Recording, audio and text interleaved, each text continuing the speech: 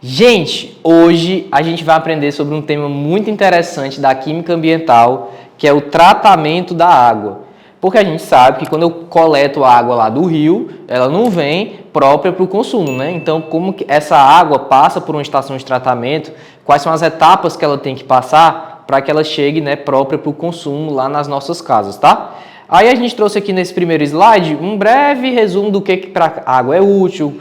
Por exemplo, a gente usa água para beber, obviamente, mas a gente também usa para cozinhar alimentos, a gente usa para higiene pessoal, né?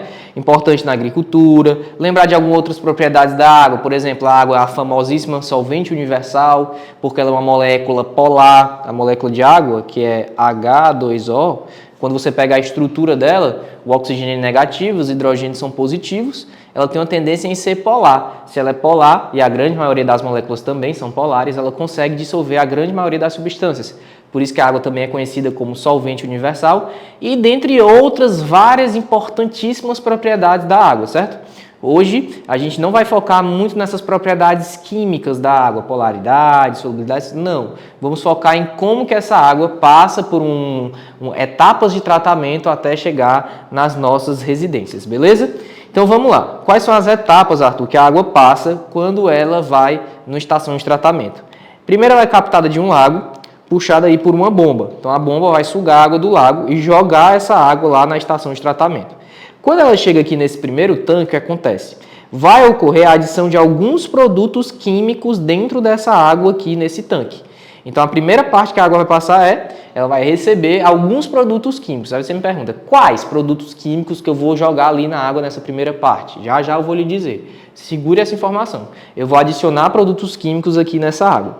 Depois de adicionar, essa água vai para uma terceira etapa, que é a chamada câmara de floculação.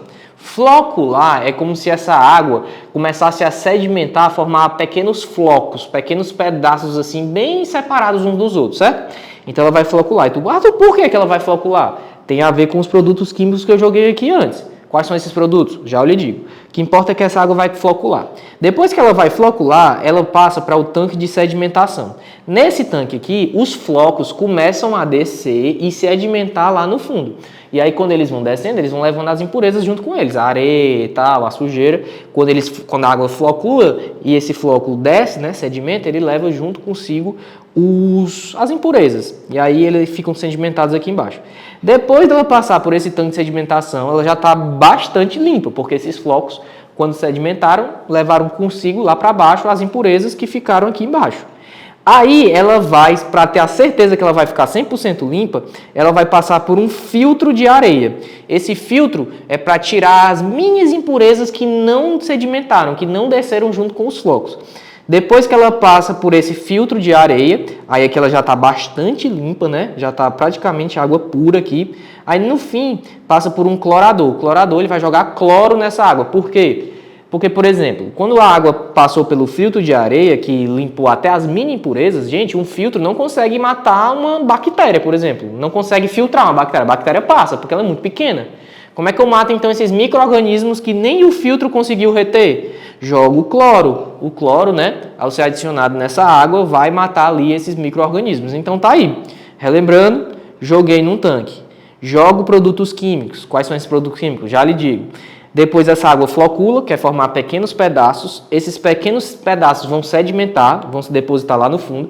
E quando eles sedimentam, eles levam consigo as impurezas lá para o fundo. Depois ela passa, para ter a certeza de limpar até as impurezas pequenas, por um filtro de areia.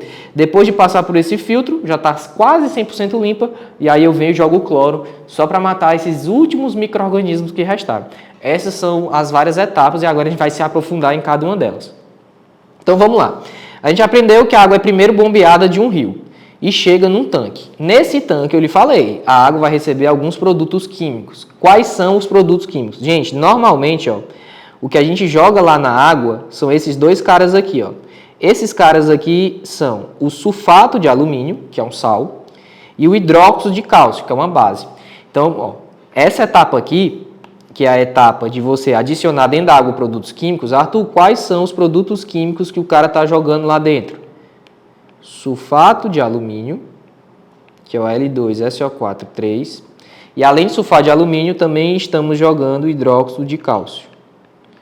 Então, Arthur, esses são os produtos que vão ser adicionados aqui dentro? Exatamente. Aí tu diz, para quê? Para que eu vou jogar sulfato de alumínio e hidróxido de cálcio lá dentro? Gente, quando você joga esse sal com essa base, eles vão sofrer uma reação lá na próxima câmara, que é a câmara de floculação. Como eu disse, você joga esses caras nessa etapa e depois ela passa para uma câmara de floculação. Qual vai ser a reação que vai ocorrer? Olha aqui, ó. A reação do sulfato de alumínio com o hidróxido de cálcio produz esses dois caras aqui, ó. O hidróxido de alumínio e o sulfato de cálcio. Arthur, que reação é essa? É uma reação de dupla troca, ó. O cálcio vem para cá, no lugar do alumínio, e o alumínio vai para lá, no lugar do cálcio, ó. Ou seja, o cálcio que vai ficar com o SO4, produzindo justamente o CaSO4, e como o alumínio foi para lá, o alumínio que vai ficar com o hidróxido, produzindo o hidróxido de alumínio. Só que aí vem um detalhe. Sulfato de cálcio é um sal, ele é solúvel. No entanto, o hidróxido de alumínio, que é esse cara aqui, ó, ela é uma base, não é? Não termina com H? Bases, no caso aqui é uma base de alumínio. Alumínio é uma base da família 3. Família 3A, né? A família 3A, gente, forma bases insolúveis. Ou seja, esse hidróxido de alumínio que vai ser formado da reação dos dois caras que eu joguei lá dentro na segunda etapa, vai formar uma base que é insolúvel.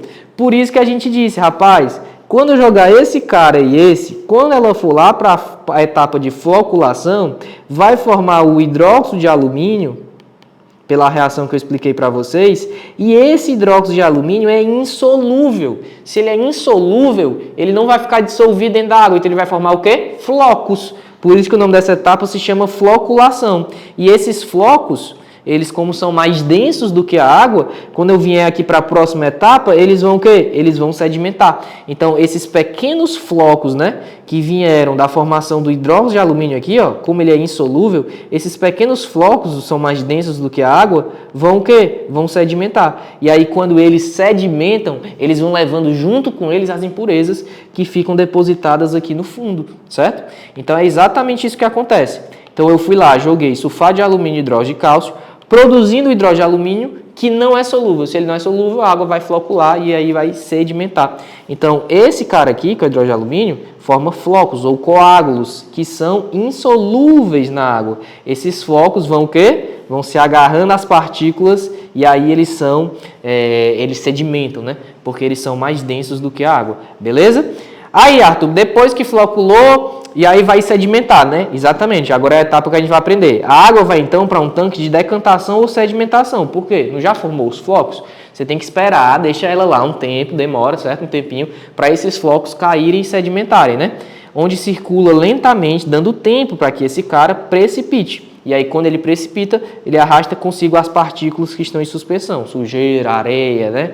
Enfim, a seguir... Pronto, então já sedimentou. Depois que esses flocos sedimentaram, tu vai para onde? Para ter a certeza de que vamos tirar até as coisas menorzinhas, porque as coisas grandes já sedimentaram.